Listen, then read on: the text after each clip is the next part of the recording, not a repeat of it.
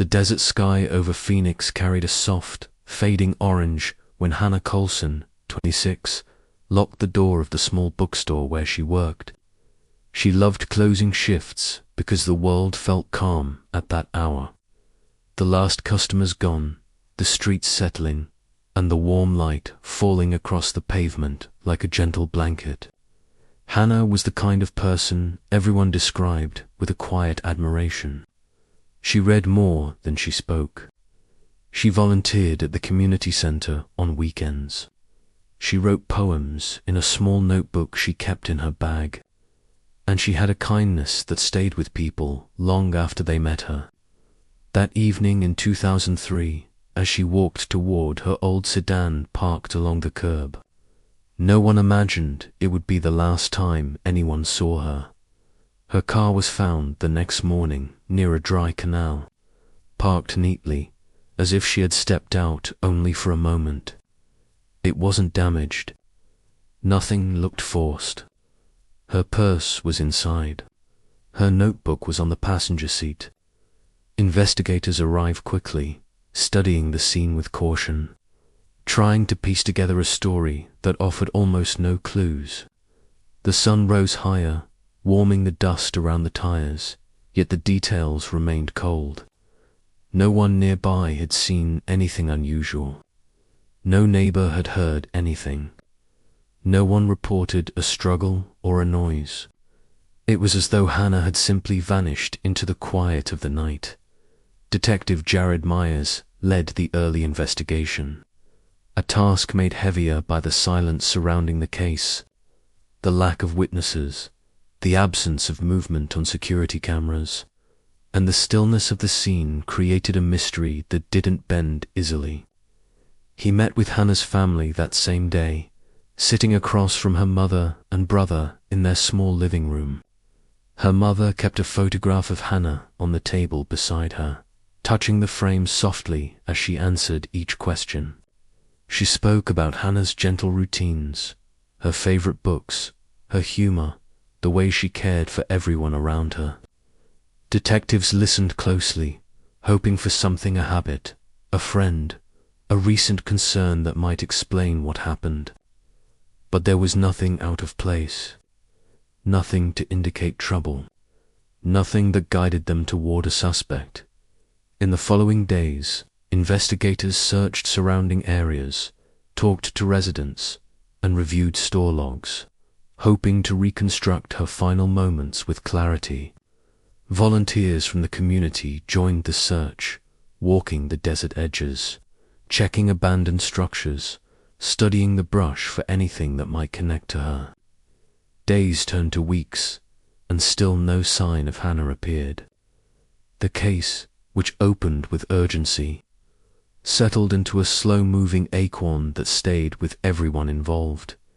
Yet even in those early days, there was one detail investigators couldn't ignore: small scrap of cloth found near the canal, caught against a cluster of dry weeds.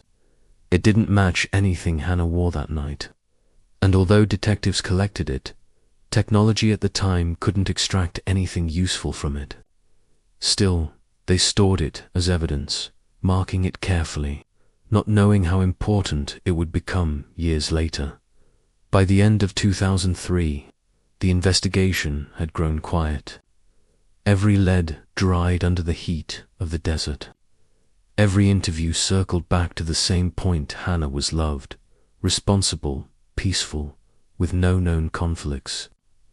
The case sat untouched for long stretches, revisited by detectives whenever new information surfaced, though none of it ever carried weight.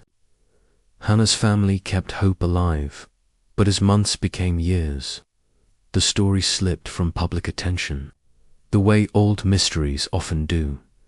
In 2009, the case was reviewed again. New detectives scanned through the files, hoping fresh eyes might notice what others missed. They examined Hannah's car, studied the older reports, and looked again at the scrap of cloth sealed away in evidence. Technology had advanced since 2003, but still not enough to recover useful data. It remained waiting, like a silent witness that couldn't speak yet. Detectives didn't give up, but the timeline stretched, and the investigation settled back into stillness. During those years, Hannah's family held gatherings in her memory. Friends visited the bookstore where she once worked, speaking with warmth about her gentle presence. Her co-worker Lana, who had locked up with her many times before, said she still expected to hear Hannah's soft voice when she entered the store late in the evening. The memory of her kindness lived on, even as her absence continued to carry unanswered questions. In 2018, the Arizona Department of Public Safety launched an effort to re-examine older evidence with upgraded forensic tools. Cold case detectives, including investigator Silas Romero, reviewed dozens of boxes collected across the early 2000s. When they reached Hannah's case, they paused. The file was thick, filled with handwritten notes, photographs, maps drawn in pencil, and the single piece of cloth that had remained unchanged for 15 years. Silas requested it for testing, unsure if anything could be extracted but determined to try. Months later, a partial profile surfaced, fragile, incomplete, but usable. It wasn't enough for a direct match, yet it allowed investigators to upload the profile into national databases with the hope that future advances might strengthen the result. The case was reopened again, and detectives revisited interviews, mapping out the night of Hannah's disappearance with renewed discipline. They didn't know when answers would come, but they sensed they were closer than ever before. Then, in 2023, a quiet breakthrough arrived. A newly updated forensic tool capable of analyzing degraded material detected enough additional markers on the cloth to complete the DNA profile. It took several days for the system to process the data, and then, early one morning, a notification appeared on the forensic analyst's screen: a match. Detectives were alerted immediately. The name connected to the profile was Elias Drayton, a man who had lived in Phoenix in the early 2000s but relocated in 2004. He had minor incidents in his past, but nothing that drew serious attention. He worked construction jobs, moved several times over the years, and had no direct connection to Hannah in any document from 2003. The match didn't answer everything, but it reopened the story with a clarity the case had never had before.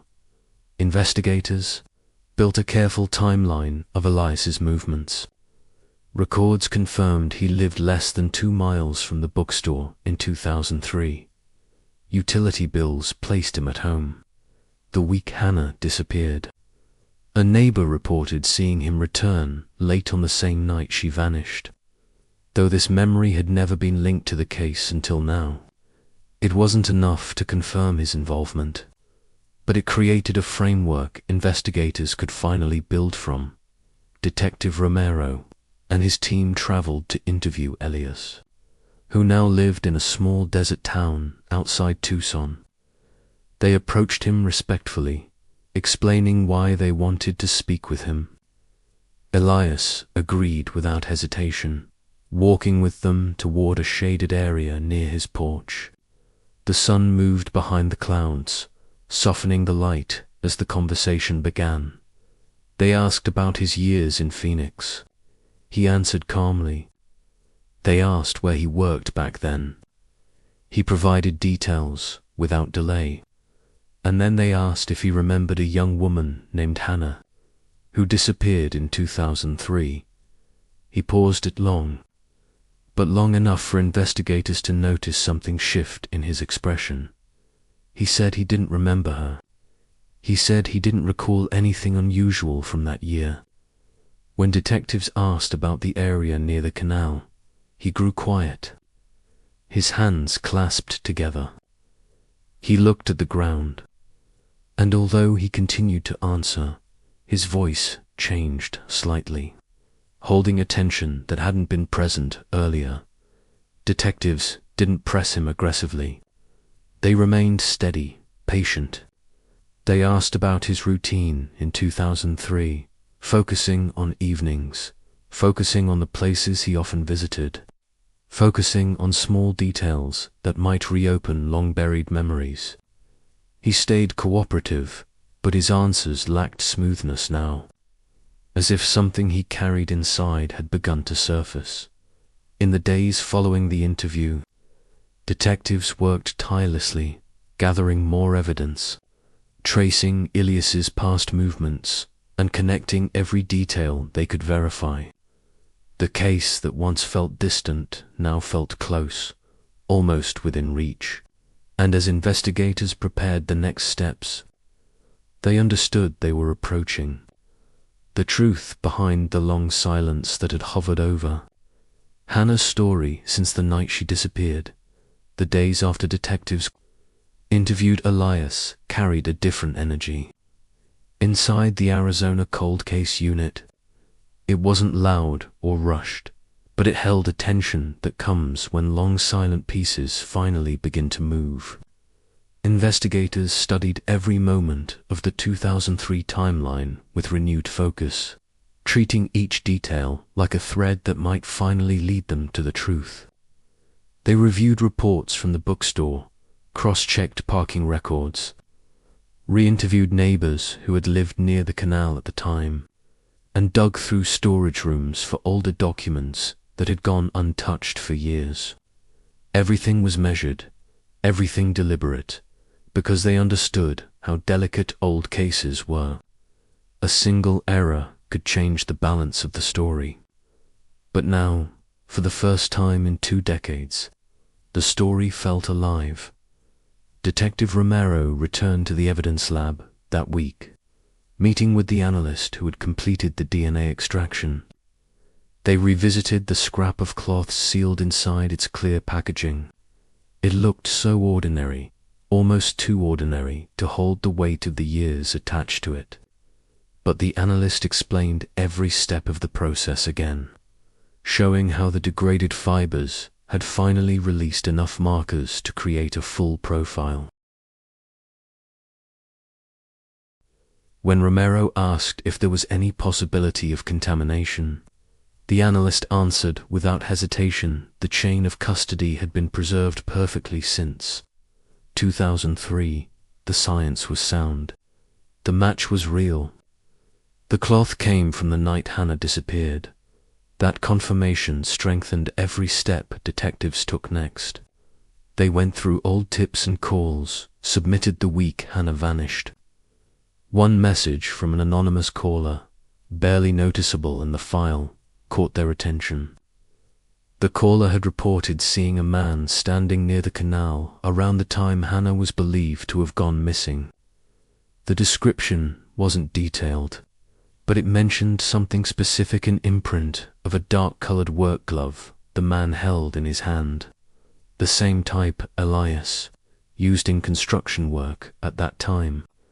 It wasn't a piece of proof on its own, but it felt like another small piece sliding into place.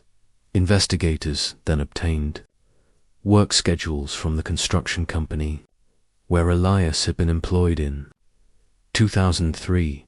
His shift ended at 8 p.m. on the night Hannah disappeared. The bookstore closed at 8:30. The canal where her car was found was located directly between the 2 points. Detectives mapped it visually, tracing the line across an old street layout. It formed a clean path, one that placed him in the right place during the right window of time. Even though he had previously claimed he never left his home that night. Later that week, detectives returned to speak with Hannah's co-worker Lana, who had closed the store with her many times before. They asked her to recall everything about that evening again. She said Hannah had been cheerful, mentioning she planned to read a new poetry book when she got home. When asked if Hannah ever spoke with anyone outside the store after closing hours, Lana shook her head. She didn't remember anyone lingering that night. But when detectives showed her an older photo of Elias from 2003, she grew thoughtful. She didn't recognize him clearly, but she said she remembered someone once coming in near closing time months earlier, standing near the entrance and asking if the store still sold used travel books. She couldn't say with certainty it was him, but she said the expression in his eyes looked familiar. It wasn't confirmation, but it supported the possibility that he had been in the area and had seen Hannah before. Detectives expanded their search, finding a former neighbor of Elias who had lived in the same Phoenix apartment complex back in 2003. The neighbor, an older man named Jonah, invited them into his home and sat them at a dining table covered with newspaper clippings from different years of his life. When detectives asked about Elias, Jonah said he remembered him as quiet, someone who didn't socialize, someone who left early and returned late. But then he mentioned something more specific. He said that in the fall of 2003, around the time Hannah went missing, he saw Elias come home at an unusual hour much later than his usual schedule, wearing a jacket dusted with what looked like dried mud, even though the night had been clear. Jonah said he had asked if everything was all right, and Elias responded only with a nod before going inside. At the time, it seemed unimportant, but now, looking back, Jonah felt the detail sat differently in his memory. Every small recollection added weight to the case. Detectives assembled their findings into a single time-aligned timeline. They cross-referenced witness memory with physical evidence. They double-checked every record to avoid any misstep, and as the picture sharpened, they saw how closely Elias's path overlapped with Hannah's that night. Detective Romero wasn't satisfied with only the timeline. He wanted to retrace Hannah's final walk from the bookstore to her car to understand how her path would have intersected with anyone else. One evening, around the same time she closed the store, he drove to the same block. The sky held a soft twilight glow similar to the light in the 2003 photographs. He walked the pavement quietly, listening to the distant traffic, the soft hum of street lamps, the way wind moved through gaps between buildings. He examined the line of parked cars, noting how shadows fell across them and how easy it would have been for someone to stand nearby without being noticed. He followed the route toward the canal, feeling the temperature dip as the sun lowered. It struck him how quiet the area felt, calm enough that someone could approach a person without drawing attention. As he stood near the canal, looking at the dark water moving slowly beneath the concrete walls, he thought of Hannah's soft steps and the peace she probably felt at the end of her shift. The realization deepened his resolve. The desert might forget little things, but people didn't. And the truth had waited long enough. When detectives regrouped the next morning, they agreed it was time to speak with Elias again. But this time, they intended to walk him through the evidence with transparency. They traveled back to the small desert town where he lived, arriving just after noon. The air shimmered with heat, the kind that softened the outlines of buildings and made the world look slightly blurred. A gentle wind moved through dried grass as detectives stepped out of their car. Elias greeted them with a quiet expression, almost as if he had expected their return. They explained that they wanted to continue their conversation and asked if he could join them at the local station. He hesitated briefly, but agreed. On the drive, he stared straight ahead, his hands folded loosely, his posture neither tense nor relaxed. It felt as if he was preparing himself for something he had carried for years. Inside the interview room, detectives laid out the details carefully. They showed him the results of the DNA analysis. They showed him the timeline reconstructed from his 2003 work schedule. They read statements from the individuals who had remembered seeing him near the canal. They explained the scientific process that connected him to the scrap of cloth. The atmosphere remained respectful. The goal wasn't pressure. The goal was truth. For a long time, Elias said nothing. His breathing was steady, but his gaze drifted down toward his hands resting on the table. When he finally spoke, his voice was quieter than before. He said he didn't realize the cloth would be linked back to him after so many years. He said he remembered being near the canal occasionally because he liked walking there after work. But then he admitted something new. He admitted he saw someone that night, someone walking toward a parked car near the canal.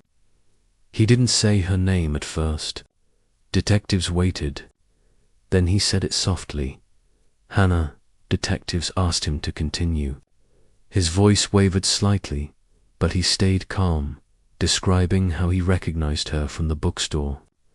He said he walked past her and intended to say something but changed his mind, feeling unsure how to approach without making her uncomfortable.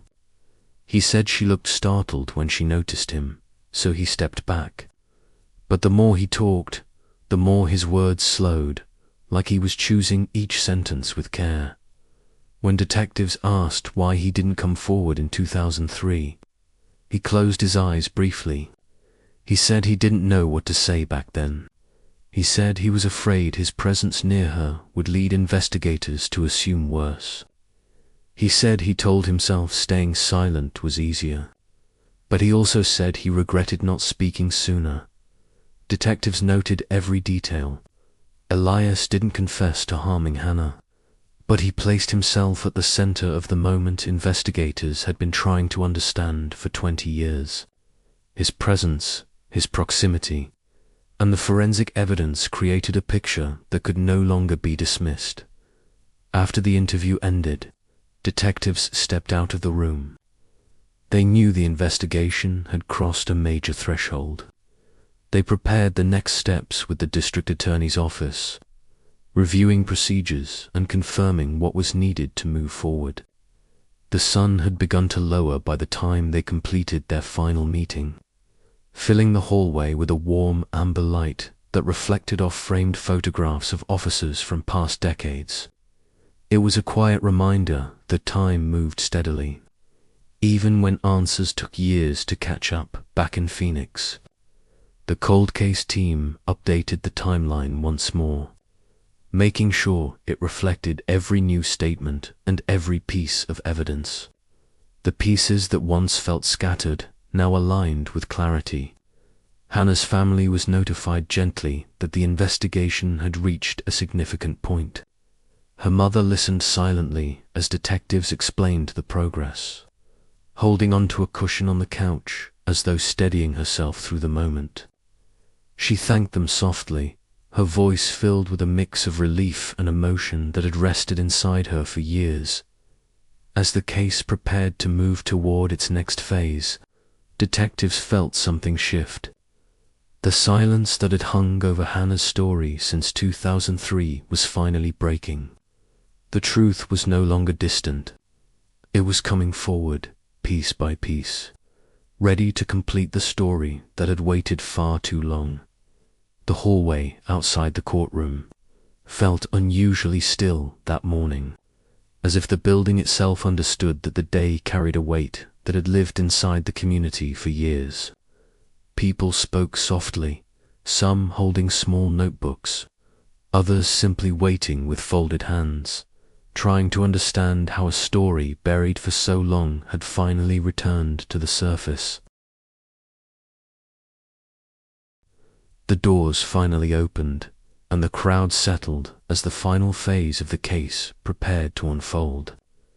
It had taken months of renewed work to reach this point, but everything that happened now felt like the natural conclusion of a journey that started back in 2003 when 27-year-old Marissa Hale last walked down a quiet street in her Arizona neighborhood.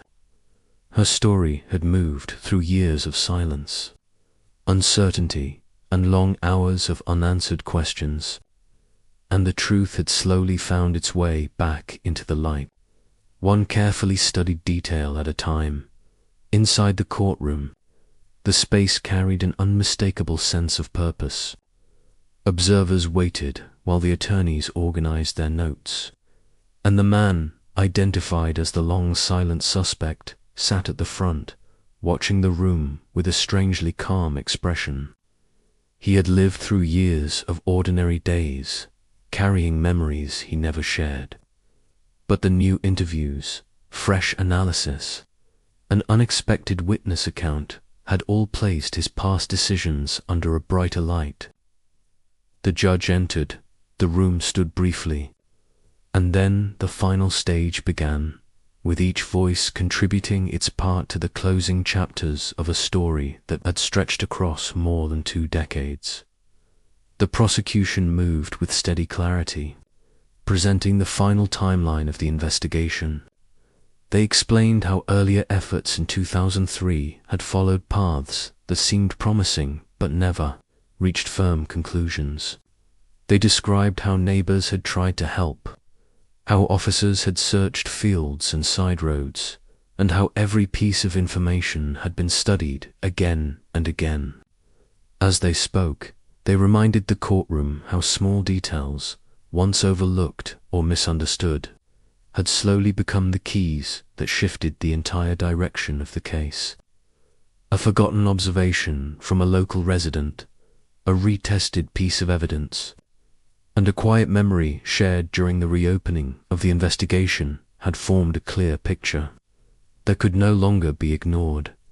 When the prosecution introduced the witness who changed everything, the room leaned in slightly, not out of tension but out of an earnest desire to understand the last missing piece.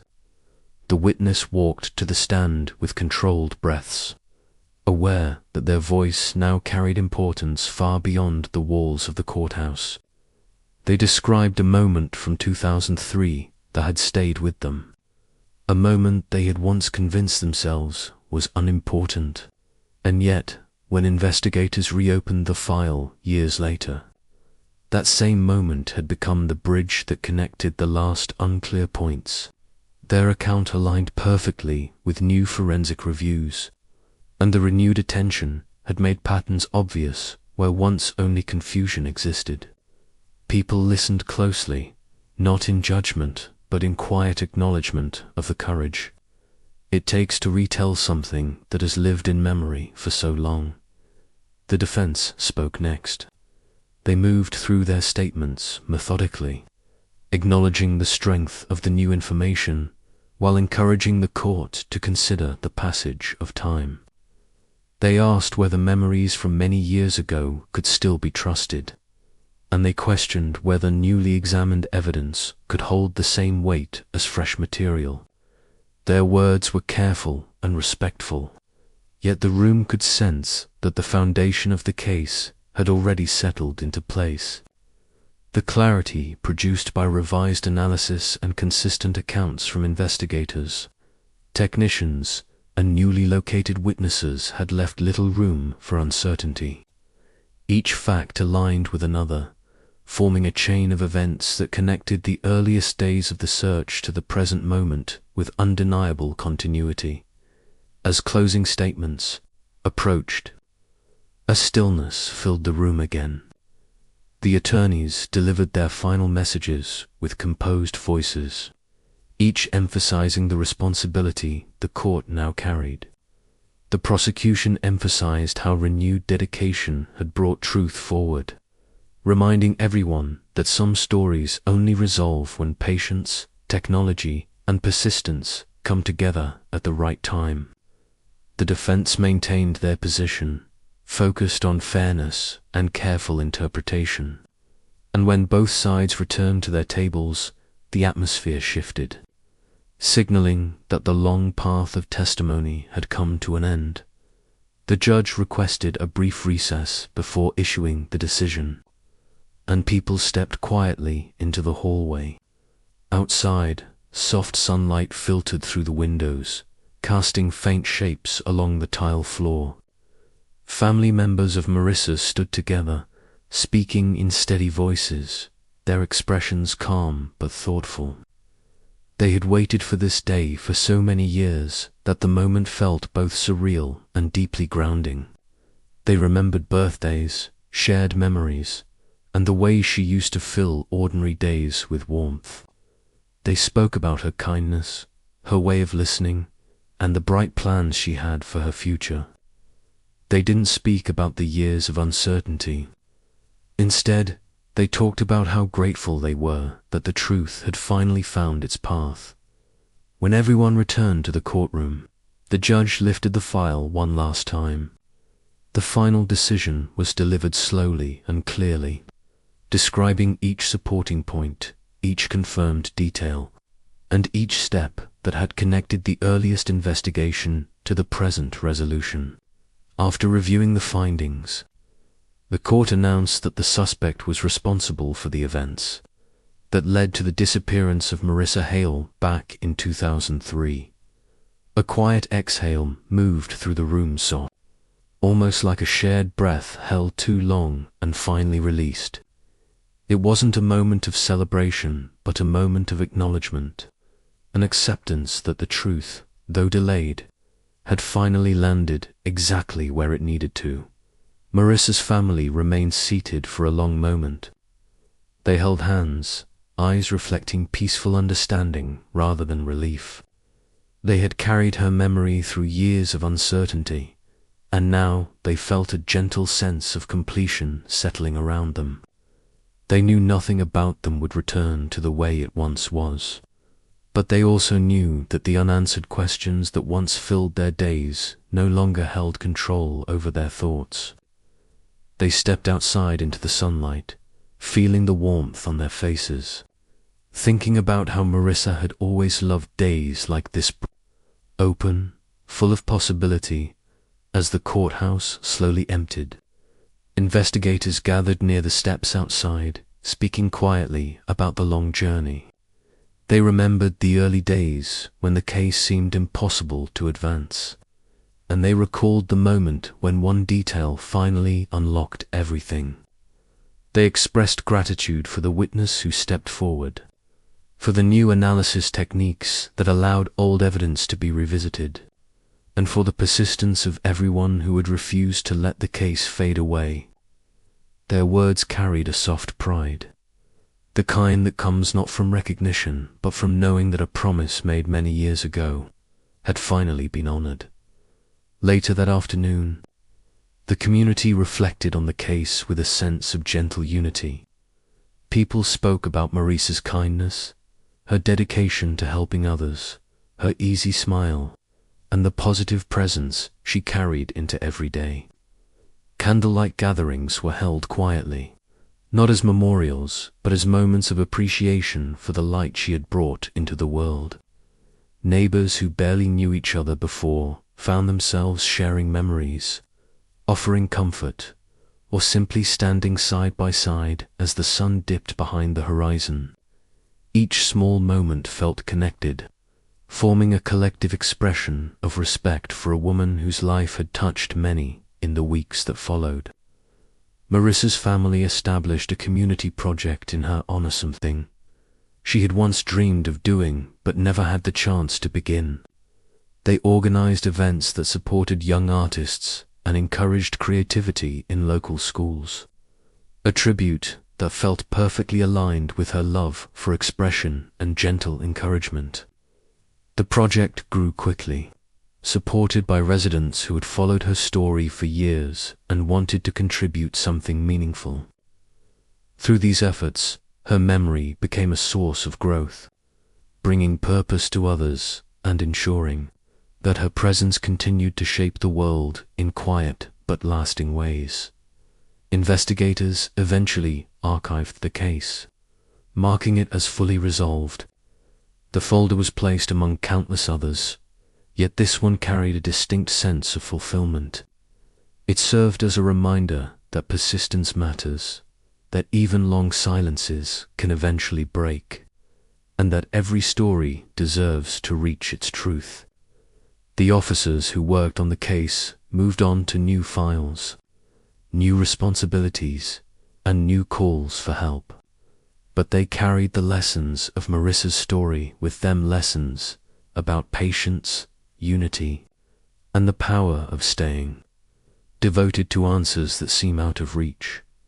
The final chapter of the case didn't end with noise or public attention. Instead, it closed with calm acknowledgement and gentle reflection. The town returned to its rhythms, people continued with their daily routines, and yet something subtle had changed, and understanding that even after years of uncertainty, hope can still find direction. Marissa's name lived on through the community project, through shared memories, and through the small ways people chose kindness because they remembered her and the soft brightness she carried into every room. And so, after years of silence, the truth finally settled into place. The long search had ended, the hidden details had come forward, and the story of Marissa Hale had found its voice once more, carried not by fear or confusion, but by care, remembrance, and the enduring strength of a community that refused to let her be forgotten.